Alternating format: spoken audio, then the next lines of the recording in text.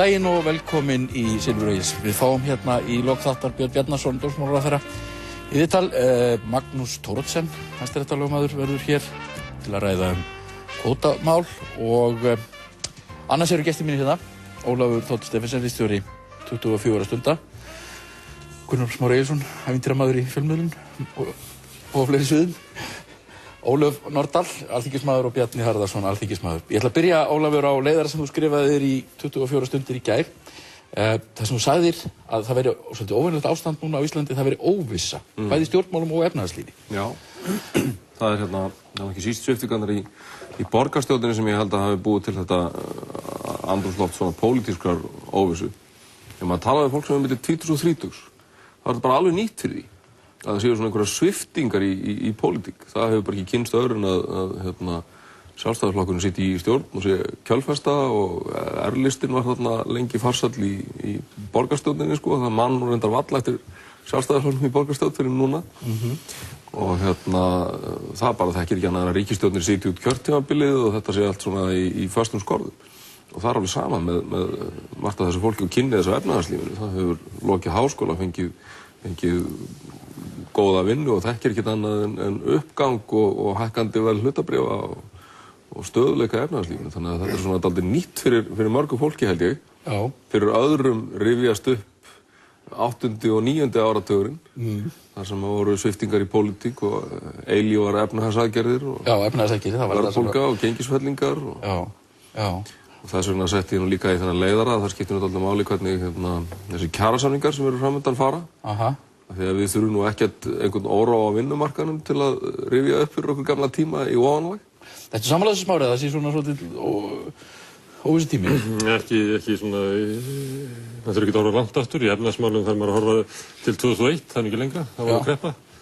Og til dæmis djúp, snörp kreppa, 2001, 2002, 2003 og þá byrjaði þetta hlutabréfin að fara upp. Og það eru hvað 4 ár síðan. Þannig að við þurfum líklega að finna fólk sem er 10 ára til þess að mun ekki í kreppu. Í stjórnmálum er engin... Hún var frekar stutt og lítið. Já, hún var stutt og lítið. En ég meina það er allavega nokkur að rekna með 10 ára kreppu. Í stjórnmálum, sveitarstjórnarmál í Reykjavík, við höfum verið svona hringlandi í sveitarstjórna út alla trissur, sko.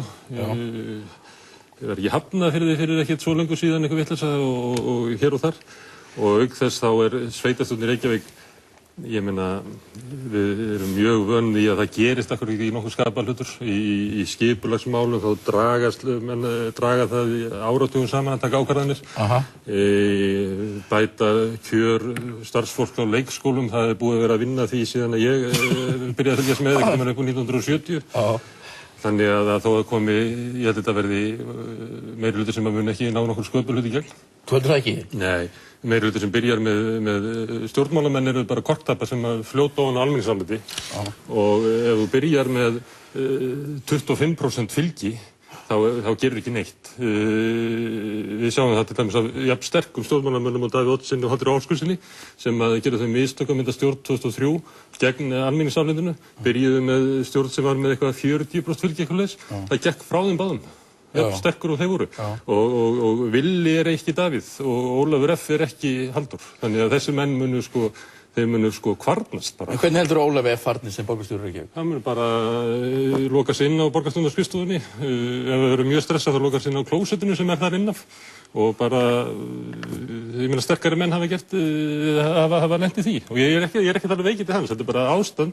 Ef þú ert að vinna gegn almenningsáliti stjórnmálamaður, þá bara ferðu á taugum. Það byrjar hérna, þú ert ekki með nógu sterkt bakland, það er engin með það. Þeir sem eiga að vera veita þér heilráð, þeir fara að tala út og suður, þannig þú veist ekki neitt, endan það gerur ekki neitt. Skýrst þetta mér kannski Halldór Ásgrímsson að þegar hann gerur að forsætisráðherra alveg þvert ofan í almenningsáliti, þá náttúrulega var svo ljóst að hann hafði ekki bakland til þess að gegna þessu starfi og það endaði náttúrulega bara eitthvað sem maður sá fyrir sér að hefði kannski geta verið sóknarfæri fyrir Framsóknarflokkinn, endaði sem rauna, sem bara rauna. Þórir þetta enginn, sjálf Selsku þoldi þetta ekki. Nei, það er bara það. Það þórir þetta enginn. Það var nú með nokkuð öðrum hætti en hans pólitíska líf endaði heldur og niður vanir hér á landi. En mér langar nú að taka, sko, og ég er ekki sammála því að gera lítið úr þessum dómi ritstjórans ástandið. Ég held að þetta sé mjög rétt lýsing og ég held að megi bæta því við Sko bæði náttúrulega kreppan 2001 og það sem að gerast núna á í efnahagslífi heimsins ekki sambærilegt. Kreppan 2001 var fyrst og fremst innanlands vandamál, en núna stöndum við frammi fyrir sko mjög sennilega miklu erfiðari hlutum. Bjarni, netbólan sprakk, Nasdaq fór 80% niður. Nasdaq ekki skráð á Selfossi, sko. En síðan það sem að skiptir sko mjög miklu máli í þessu það að 2001, þá vorum við með sterkan sjálfstæðisflokk. Sem að sko svaraði ástandinu svolítið, sem að kom svolítið fram akkurat við þessar aðstæður og virtist sko geta leyst málin. Núna höfum við aftur á móti ríkisstjórn sem hefur vissu mjög sterkan meirihluta en algjörlega sko vanmáttu gagnvart ástandinu og það að verða mjög berlegt fyrir þjóðinni hvernig semst úrræðaleysið Þetta meina að forysta sjálfstæðisflokksins sé veik? Þetta náttúrulega fyrst og þessi ríkisstjórn veik vegna þess hvað hún sko sundurlynd þrátt fyrir sko mikið þingstað. Manni finnst nú eins og í pólitíkinni í dag að þá sé Samfylkingin einna og öðruvísi mér áður brá að Samfylkingin sem nú eiginlega sá flokkur sem heilastur, minnst átök þar inni. Hún ekki gleyma því heldur að Samfylkingin nú komin í fyrsta skipti ríkisstjórn og baði þessu náttúrulega dálítið í því. Þannig að það svo ekkert skrítið þótt að flokkur eins og Samfylkingin núna sé að njóta sín. En ertu sammála það, Ólöf, að það hafi skaðað sjálfstæðisflokkinn að fara inn í þessir atburðir í borginni hafi skaðað sjálfstæðisflokkinn og Þorgerður Katrín að segja þetta bara síðast í gær? Ég alveg viss það að þessi atburðir í Reykjavíkurborg hafa bara skaðað pólitík almennt og alla flokka í borgarstjórn Reykjavíkur og sjálfstæðisflokkurinn alveg þar með talin. Mér finnst ekki reisn yfir neinum einasta flokki í borgarstjórninni síðasta ári í raun og veru. Hver höndur upp á móti annarri allstaðar, menn hafa ekki getað náð að tala saman nokkurn hlut. Þannig að bæði þessi meirihluti og síðan all þessi atburðar sem hefur orðið, hún hefur bara skaðað stjórnmálin og ég held að það sé nú verkefni stjórnmálamanna þá að ná aftur trausti fólks. Og ég held að mann bara taka það mjög alvarlega. Ég meina heldur ekki miskilað það sem ég að skrifa. Ég held að þetta væri nú ekki viðvarandi upplausnarástand. Ég held hins vegar að þetta sé svona, það aðeins að opna fyrir okkur smá glugga sko inn í fortíðina. Og þetta engan langi aftur 20 ár aftur í tíman. Sjálfur að mun eftir þessu og mun eftir því hvernig var þegar ég held að sé líka alltaf að taka sko alvarlega. Ég ekki að segja að og við náttúrulega vonum að þetta sko það leysist og sko hlutafjármarkaðir þessi dífa þeirra sé ekki langvinn, en það eru mjög margir og það að vitna í orð hagfræðinga eins og hagfræðings Landsbankans Björns Rúnars sem talar það að við stöndum frammi fyrir meiri kreppu í hinu vestræna heimi heldur við séð líklegast í hálfa öld. Þannig að sko, við erum að tala að það mögulegt, hann fullir ekki að þetta sé að gerast en telur þetta sennilegt. Það mögulegt að við séum að fara inn í mjög erfiða tíma og það skiptir mjög miklu máli að það sé haldið svolítið sterkt Myndirðu virkilega hafa trú á því að við séum að fara í svona djúpa kreppu? Ég meina, þú ert nú búin að vera út í þessu útrásarumhverfi og svoleiðis. Ég meina, Sunday Telegraph skrifar í dag að íslenska hagkerfið standi algjörlega á brauðfótum og hér sé bara allt á. Innanlands kreppa eða heimskreppa? Nei, þetta spila náttúrulega saman, við erum ekki. Nei, ég veit ekki um framtíðina sko, frekar en aðrir, en það sem öðruvísi við þessa kreppu heldur en 2001 það að fyrirtæki sem lendi í kreppunni eru fjármálastofnanir og bankar sem eru svona einhvern veginn njóta meiri virðingar heldur en netfyrirtæki. Þeim var bara svona slátrað netfyrirtækjunum og þeirri vittlausatri en væntingarnar sem voru í kringum netfyrirtæki voru ekkert ólík því sem voru í kringum fjármálafyrirtæki núna. Þau voru, ég held að FL hafi verið metið á tvöfaldar eignir sínar. Það var bara það að Hannes Márusson færi með þessa fjármuni þá tvöfaldaðist í eignir í staðinn fyrir þú keyptir bara beint í fyrirtækjum sem þeir áttu. Þannig að það var svona bóla í kringum þessi fyrirtæki. En að því að þau standa svona seðlabönkum nær og eitthvað fleira þá fara þeir að reyna að bjarga þeim hér og þar heiminn og kannski það bara út af þessu sem þetta kannski þetta raunverulega alvarlega djúpstæðara, kannski þetta vegna þess að það ekkert að sjá merki þessari kreppu í þróunarlöndunum, Indlandi og Kína kannski, súrrast Bandaríkin og Evrópa aðeins niður og það verði svona svolítið valdaskipti í heiminum kannski, ég veit það ekki, það veit ekki neitt framtíðina. Já, Ólafur, hvað heldur þú um þessa kreppu? Eitt sem menn missa trúna á þessa fjármálastofnanir sem áttu nú að verða einhvern veginn svona undirstaðan undir hið nýja Ísland. Alveg eins og menn mistu trúna á netbólunni og svo horfum við aftur inn í tíma þar sem verður kannski bara fiskur og ál aftur. Sko, tímarnir í bankakerfinu eru svolítið breyttir að því leyti að bankastofnanir, voru sko íhaldsamar stofnanir sem fólk hefði mikið traust á. og hafa náttúrulega íslensku bankarnir undanfarin ára ekki verið mjög íhaldsamar stofnanir. Það hafa tekið mikla áhættu. Já. Og ég held að sko, við sjáum þessu auðvitað merki, ég meina það að Kaupþing hverfur frá kaupunum á hollenska bankanum og svo framvegis auðvitað merki það að menn að breyta þessari stefnu og eru fannir að spila öruggari fjárfestingarstefnu. Og það nú eitt af því held ég sem þarf að gerast sko, að bankarnir þarf svona dálítið að gíra sig niður. Ég held að vinnumarkaðurinn þoli ekki mikið fleiri fréttir af ofboðslegum milljarðalaunum bankastjórana. Nei, við síðast kom þetta hvað frá Glitni þar sem bankastjórinn hefði fengið 300 milljónir fyrir að byrja. Það var svona startgjaldið. Ég held að bankarnir þurfi aðeins að færa sér nær fólkinu aftur. Já. Má ég aðeins, vegna þess að það er auðvelt að benda á bankana, ég held að enginn þessu bönkur sé að fara á hausinn eitthvað slíkt. Ég held að þeir standa ágætlega ef þeir fara að ganga aðeins hægar gleðina dyr sem að þeir þurfi ekki að vanda sig við vegna þess að þeir fá ekki að ganga gleðina dyr lengur. Það er bara svo mikið álag að lána til þeirra að þeir fá ekki að hegða sig eins og gera það. Þannig að ég held að þetta settist allt saman að þetta verði bráðgætisfyrirtæki eftir. Eins og gerðist það síðasta ári að þorskkvótinn var skorinn niður svo til helming sem raunverulega miklu alvarlegra mál. Í bönkunum sjáum við hvernig okkur farnast við göngum og skartinum gleðina dyr. Í sjávarútveginum fengum við raunverulega niðurstöðuna, kvótakerfinu undanfarin 20 ár, þar sem að þeir raunverulega búið að rústa miðunum í kring, búið að ryksuga allar veiðarlegan fisk í burtu. Það miklu meira áfall heldur raunverulega þetta með bankana. Miklu meira. Það er nú samt svo merkilegt. Miklu meira sjokk. Við áttum að vera að venda þetta. Ég held að Hannes Hólmsteinn sé búinn að fara á ráðstefnur þarna heim og kenna þjóðum heims hvernig að venda fiskistofna. En svo kemur í ljós að þetta er bara eitthvað rugl. Það er samt ekki svo langt síðan að kvóta niðurskurðar þessari stærðargráðu hefði verið stór áfall fyrir allt þjóðarbúið. Núna eru þessu áhrif fyrst og fremst staðbundin og svæðisbundin.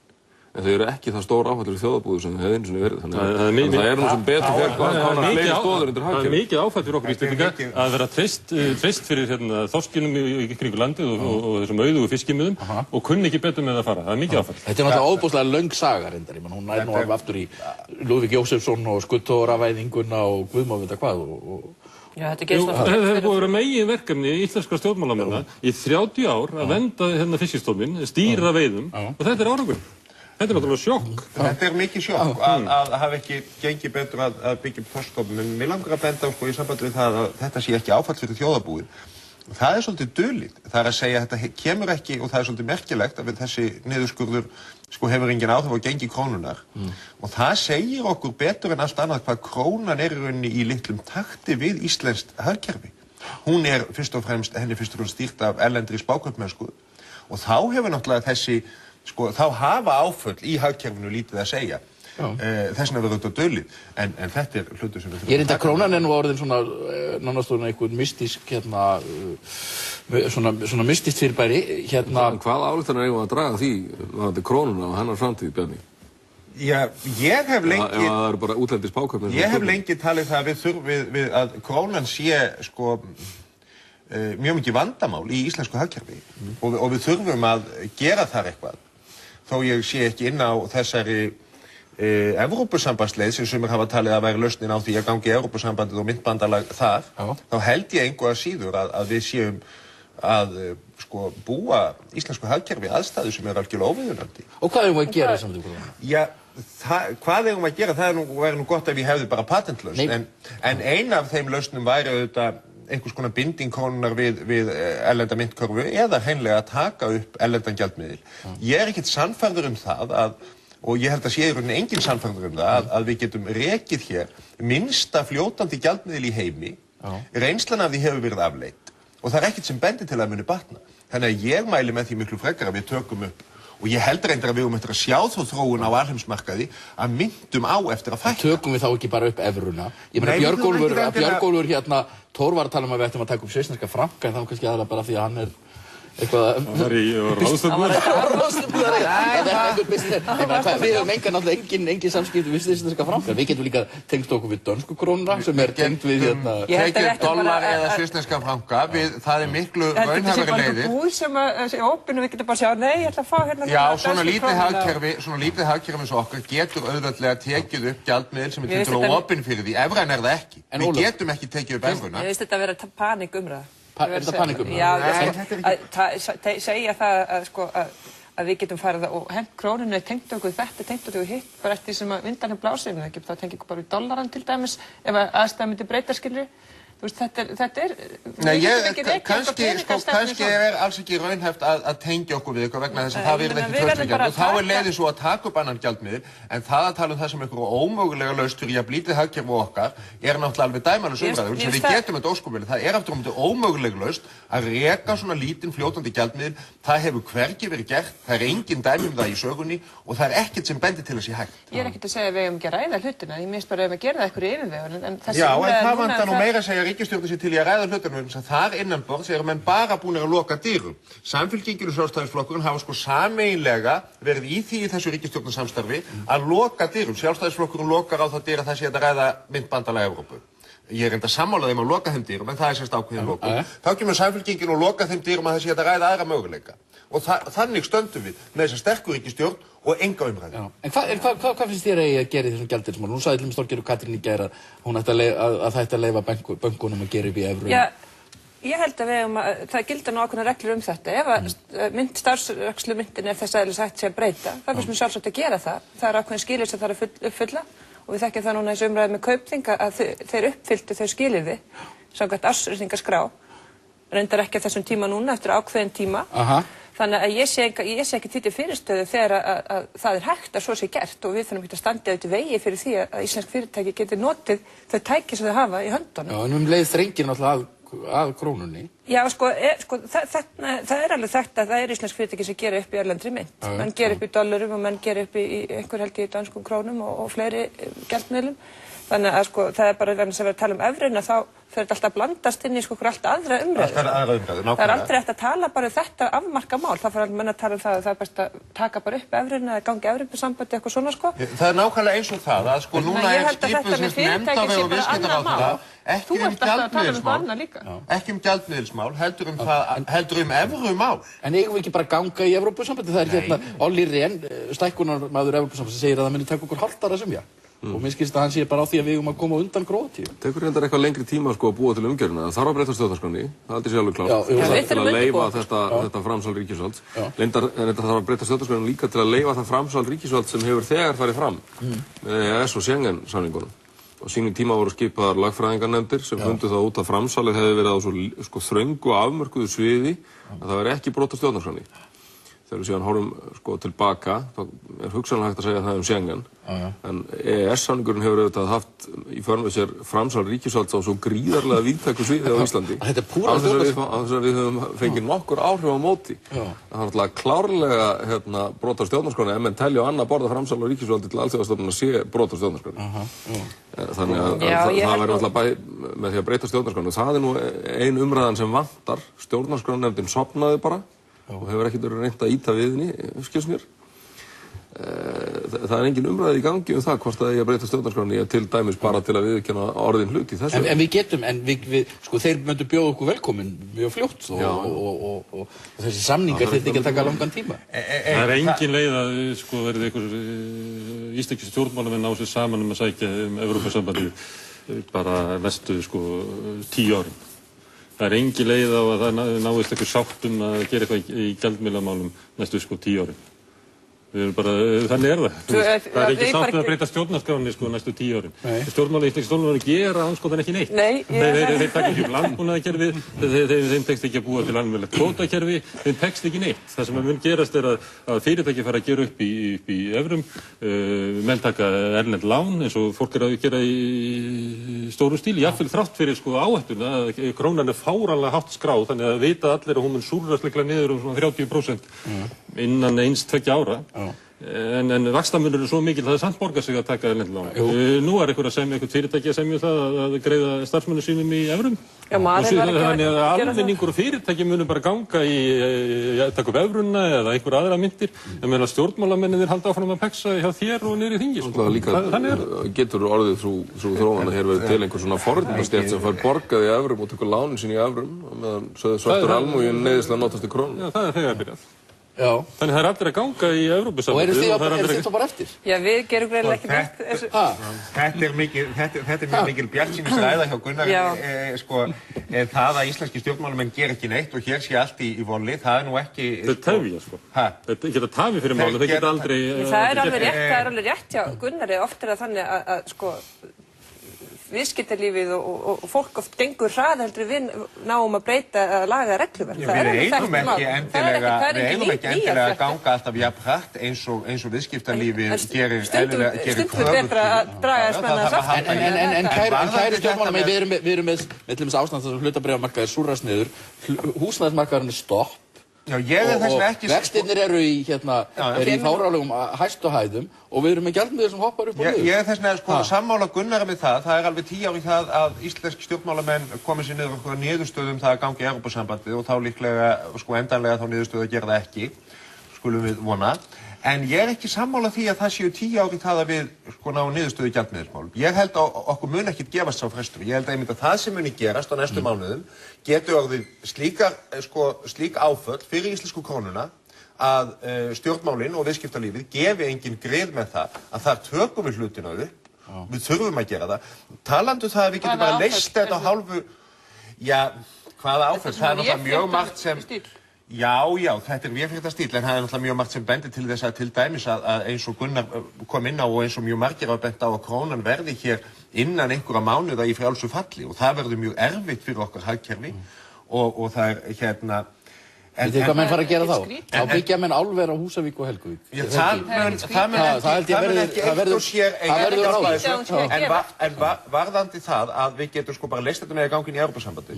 Það getur verið að við getum gengið þar inn á hálfu ári en við erum aldrei komin inn í myntbandalagið fyrir eftir 5 ár. Þannig að það mun ekkert leysa neitt vandamál. Evrópusambandið er ekki skammtíma lausn á neinum hlut. Nei, ég er alveg saman. Hún er eingöngu lausn á langtímavandamál. En munið eftir í hvernig Finnur Ingólfsson kickstartaði efnahagslífið aftur með því að byggja, það var álverið upp á Norðurál, þá byrjaði svona nýr síklus upp. Þannig að við förum bara aftur þessa leið, því að menn hafa ekki komið með neinar aðra hugmyndir. Já, það eru ákveðin vandamál við það að fara þessa leið. Hvaða vandamál er það? Það er ákveðin þörf Það er vandamál við það að keyra þetta upp með nýju álverin. Þau eru talsverð. Nei, það er þörf að því að skapa efnahagslífinu þann stöðuleika sem við horfum líka á framleiðslugreinar þar. Við getum ekki keyrt bara okkur efnahagskerfi einungis á viðskiptum með einhverja pappapeninga. Það er bara ekki svoleiðis. Nei. Það vinnur líka fólk hér í þessu landi og það er fólk sem býr hér. Það þarf að taka til þess líka. Kannski er þessi skortur á Evrópuumræðu einmitt til marks það að stjórnmálamennirnir séu alltaf í skammtímamálunum og hugsi aldrei til lengri tíma. Mér langar að fara svolítið hana. Það eru þessi gömlu hús á Laugaveginu sem að Ólafur F. er að bjarga. Það er svona fyrsta verkið, það er að taka þessi hús, þetta finnst sem að kosta mikið. Það er nú kannski eitt sem þetta er að deilum, en svo er spurningin hérna Smári, finnst þér þessi hús verið eitthvað svirði? Svona eitt hvert fyrir sig, nei, en svona sem held, já. Ég held að ég held að ég bara friða allt fyrir vestan Rauðarárstíg og segja bara hætta þessari uppbyggingu. Þessi hugmynd sem kemur frá Bolla í 17 líklega, að byggja þannig upp svona gjá af stórum verslunarhúsnæði. Ég sé ekki að hún sé að ganga upp. Því að þegar maður fer í hvar er svona stórt verslunarhúsnæði, það er gamla Karnabæhúsið á 66, það er hólfað niður, ég held að segja með þess að rímaxið þar og jarðfætt. Þannig að ég sé ekki samhengi milli svona hversu glæsileg húsnæðin eru og góður lagerpláss og hvað fleira og hvað er blómleg verslun í þeim.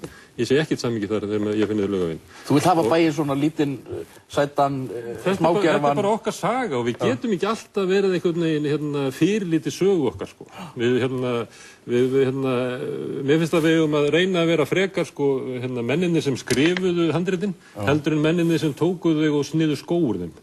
Þú veist, við höfum að vera stoltir af sögu. En á ekki að hleypa, ég meina arkitektar eru náttúrulega skapandi fólk, sumir myndu segja, á ekki að hleypa þeim á þetta svæðin eitt? Nei, alls ekki. Aðalverslunargatan í Boston, af því að ég hef verið svolítið þar, hún er algjörlega fáranleg gata. Hún er eins og gata í Hlíðunum. Það er svona gengið upp stiga þegar maður kemur inn í búðina, þegar maður kannski séð þetta. Og Laugavegurinn okkar þótt hann standist ekki samanburð við Oxford Street eða Fifth Avenue eða eitthvað, að þá það eru margar góða búðir, verðmætin eru í búðunum þar. Það er frábæra búðir í Laugaveginum margar. Þetta er kísa, ég meina. Þú sést þarna þingmaður fyrir austan, þá ertu Reykvíkingur. Og hvernig finnst þér að til dæmis verða að berga þessum húsum fyrir 600 milljónir og svo þannig að byggja upp líka? Já, ég held nú reyndar að í þessu efni þá verðum við að geta því að við þurfum að eyða einhverju peningum, sko. Við gerum ekki þetta en við notum peningan í þetta. Og ég held nú úr því sem komið var, það var ekki neitt annar kostur í stöðuna heldur en friða þessu hús. Eins og það er afskaplega slemmt að þessi skipulagsmál Reykjavík séu svona með þeim endæmum að það sé aldrei hægt að standa við þetta einasta skipulag. Það er alltaf verið að pota í allt sem gert er, þannig að það verður aldrei neinn, sko, skipulagsvaldið nýtist aldrei almennilega. En það kom mér samt mjög ávart að daginn eftir, 2 dögum eftir að borgarstjórn tekur þessa ákvörðun, þá kemur húsafriðunarnefnd og hoppandi inn á völlin og boðar til skyndifriðun 10 hús, þannig að borgin hafi aldrei ekki tekið afstöðuna og sköpuð hlut. Það liggur enda fyrir að borgin hefur tekið ákveðna afstöðu. Jú, það er náttúrulega til deiliskipulag. Það er til deiliskipulag og þetta er ekki, það allt í einu þarna kemur húsafriðunarnefnd og mér finnst hún að vera komin ansi langt út fyrir sig valdsvið þessi húsafriðunarnefnd með þessu. Er hún ekki bara loksins að gera það sem hún átti löngu ára búin að gera? Hún heitir Húsafriðunarnefnd. Já, hún hefur það ekki að leyfa þessu í rifin. Friða einstök hús, það er ekki hennar verkefni að segja, við ætlum að halda öllu Laugaveginn. Það þarf bara að breyta þeim reglum ef mann halda það. Og mér finnst þetta bara undarlegt að koma með þetta svona daginn eftir. Segir Reykjavík bara gerir ekki skapað hlut nýbúin að kaupa hús. En það er náttúrulega alveg rétt hjá Ólöfu að rugglandinn hefur verið óskaplegur í sambandi við þetta, í sambandi við flugvöllin, í sambandi við öll skipulagsmál í Reykjavík. Ég myndi vilja til dæmis leggja bara niður Árbæjarsafnið og flytja bara húsin aftur tilbaka. Til Reykjavík. Skila húsunum. Það er framlag sem er ekki búið að byggja hús á Laugavegi. Það eru mjög margar nóg af skörðum. Ekkert að gera með þessi hús sem er bara tillögur á ferðinni. Ég var nú kannski til ég að skrifa upp á tillöguna Gunnars að hætta að byggja fyrir vestan Rauðarárstíg. Ég ætla að breyta henni aðeins vegna þess að það er eitt hús sem á rífa sem er fyrir vestan Rauðarárstíg. Það er húsið á Hlemmi. Ég ætla að segja Morgunblaðshöfn. Ef þið skoðir Hlemm, þá er þetta fallegasta torg í Reykjavík. Ef þetta hús fær að fara, það er mjög glæsilegt hús við endan á því. Það er Egill Vilhjálmssonar lengjan þarna megin, það er gasstöðin og síðan löggustöðin eins fljót og hún er. En þetta er bara með glæsilegustu stöðum í Reykjavík. Nema þetta járnhús þarna fyrir strætisvagnafarþega, nóga plássi til þess að leigja á neðstu hæðunum fyrir þá þar sem við geta pissað og kemst í pulsu og rífa þetta hús. Þetta sér hana bara fyrir sprautufíkla. Aðeins varandi þetta sko, það er auðvitað fagnaðarefni að húsafriðun er að taka svolítið við sér, en það er aftur sorglegt að sjá það að það skulle vera 600-700 milljónum í þessi 2 hús. Við gætum gert fyrir sambærilegan pening, gætum við gert svo margt í húsafriðunarmálunum og þar við kynnumst í vel í fjárlaganefnd, hvað verkefnin þar eru mörg og brýn, þar sem menn að reyna að kroppa að fá 500.000 og 1 milljón, svo koma menn með svona pólitískt klúður og enda í 600 milljón. Ég held að málið það var bara að friða þetta, vegna þess að ef þið farið labba Laugaveginn, farið svo på Grettisgötu og Njálsgötu, þar var einstaklega gert upp að húsin. Ég held að séu bara mestalagi kannski 7 hús eftir á Grettisgötu og Njálsgötu sem var slömm Reykjavíkur fyrir svona 20-25 árum, sem er ekki bara glæsileg hús. Þetta var einstaklega gert án afskipta stjórnmálamanna, en stjórnmálamenn hafa eiga Laugaveginn og Hverfisgötuna og sjáu hana. Þannig að við erum að finna leið til þess að frelsa húsin frá friða húsin fyrir stjórnmálamönnum.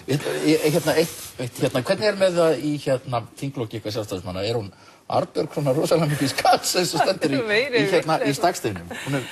Ég sagði þér ekki okkar þetta væri svona gamansaga. Ég skildi það þannig. Nei, þetta er ekki gamanmál, þetta stóð á okkur liði bráðvel í þingflokki sjálfstæðismanna með Arnbjörgu sérstöku. En þið megið aldrei tala saman. Hvaða vitleysa. Það er nú þannig í nýju þingsköpunum að við þurfum að tala svo mikið að við höfum bara ekki við því að skipuleggja okkur í það. Já. Er þetta einhver fjárstaða?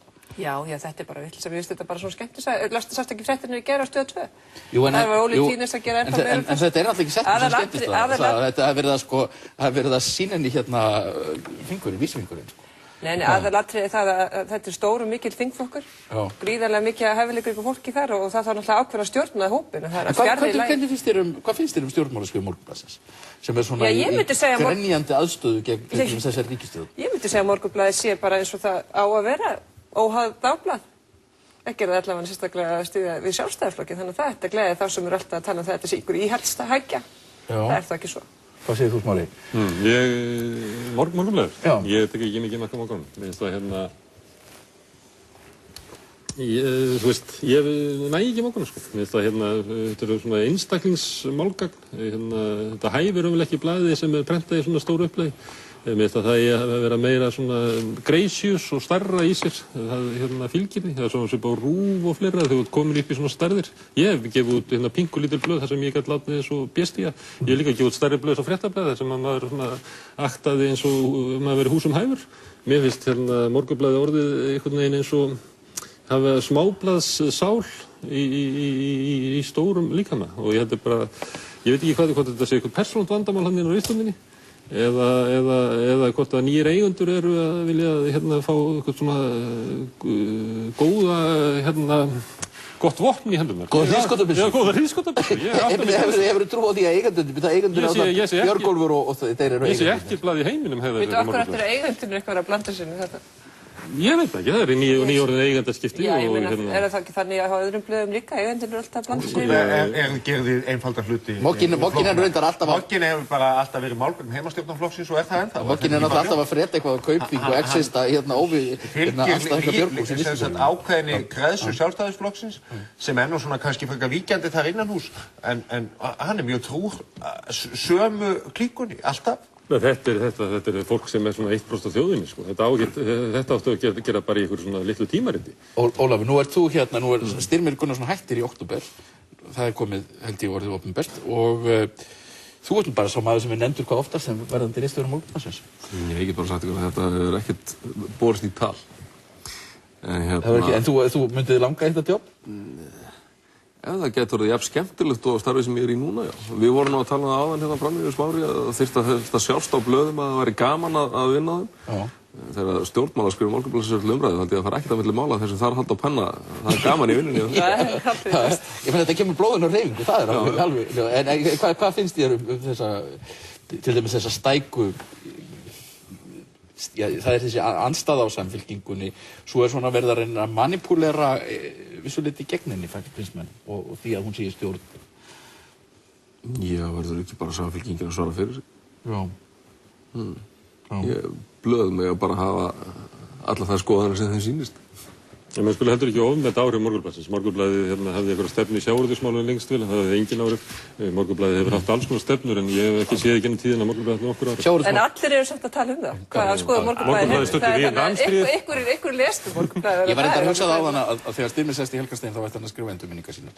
Mikið sem að það getur verið skemmtileg bók ef þar væri sagt og rétt það var ekki ósennilegt. Ég ætlaði að tala um sjávarútvegsmál á eftir við Magnús Thoroddsen, hæstaréttarlögmann, Ólafur Gunnar Smári, Ólöf og Bjarni. Takk fyrir að koma hingað. Takk.